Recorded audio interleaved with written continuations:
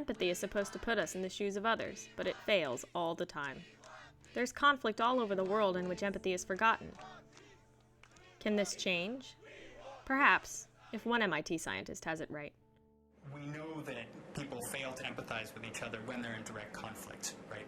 We have pretty clear behavioral evidence in that they're killing each other.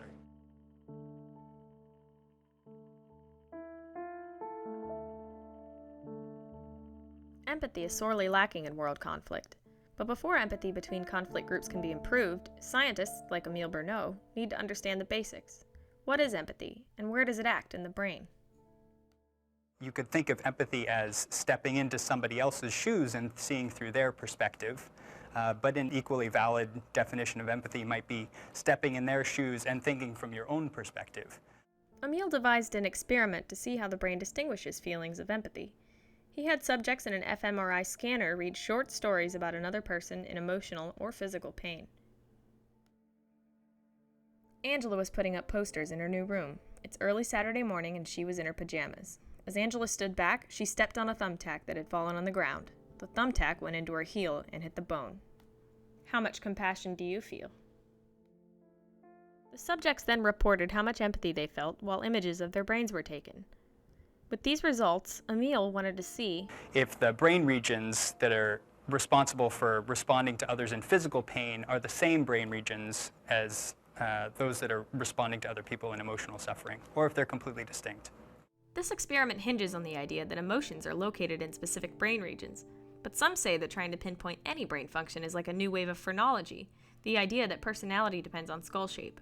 Critics argue that instead, emotions sprawl across the brain in a complex network, but Emile's supervisor, Rebecca Sachs, believe it's more a combination of these ideas. Huge chunks of the human brain are devoted to thinking about other people, and in particular, to thinking about things about other people you can't see from the outside, right? Their goals, their motivations, their thoughts, their desires, their emotions. Rebecca has seen these localized brain regions in action, but she also acknowledges that no part of the brain could function on its own. It's like the intricate inner workings of the motor of a car. In some sense, it would be ridiculous to ask what a piece of that would do in isolation, right? In isolation from the rest of the motor, no piece does anything. So you need all the pieces working together to make the car run, but you can also ask what the individual contribution is of each of those pieces. Emile's empathy experiments depend on this localization. During the first trial of MIT students, he confirmed that regions registering emotional and physical pain were not only separate from other brain functions, but also distinct from each other. So in red and yellow, those are the brain regions that responded most strongly to the stories that involved the most physical pain. And in green are the areas that responded most strongly to stories that involved emotional suffering. And it's not diffused all over the brain, that you can see very discrete, distinct regions that are active. And they're actually recognizable anatomical structures too. Now that Emile has identified parts of the brain that empathize with physical and emotional pain, he hopes to apply the science to a serious, real-world problem: conflict resolution. There are a number of different conflict resolution programs that are tried all around the world. There are actually hundreds of these programs, but very rarely are they evaluated. So we don't really know if these programs are working, or if they're not working, or if they're only working for some people and not others. That's what motivated Emile's next round of experiments. And this time around, he wasn't just looking for where empathy was experienced. He wanted to see how much was felt.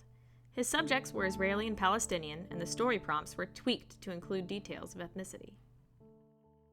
In one such story, a young Jordanian man named Ashraf badly burns his mouth while drinking a cup of coffee. With stories like this, Emile wanted to see how people in conflict empathize with the other. He assumed that subjects would force themselves to have empathy in most cases, just so they wouldn't look bad. But Emile thinks that some of the prompts may give the subject an excuse not to empathize.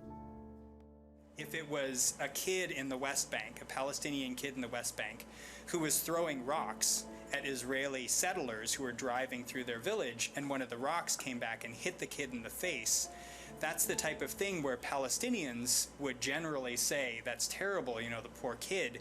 Israelis might say, well, he kind of deserved it. These runs have just started, but Emile is already seeing striking initial results.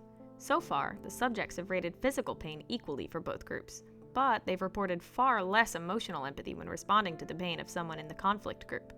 Emil suspects that the brain scans will reflect these marked differences. He plans to use this set of experiments as a jumping point to ask the question, how can we train ourselves to empathize more with someone from another group? What types of interventions can you engage in that would help people bring those empathy brain regions back online? Emil now forges on, hoping to bring about a little change, a little peace, to a world of conflict.